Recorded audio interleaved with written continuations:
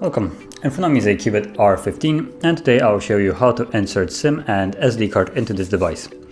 So to get started, you want to pull off the back cover. We have a little notch where you can pry it off on the bottom right corner. So right here, and it just kind of comes off. And here you will gain access to the two SIM trays. So you can take your SIM card like so with the cutout on the bottom left corner and slide it in here like so, and the SD card goes right here with the little notch kind of thingy thing right here on the top. All you do is slide it in.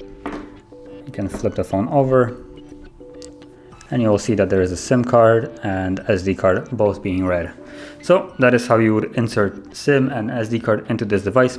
And if you found this video helpful, don't forget to hit like, subscribe, and thanks for watching.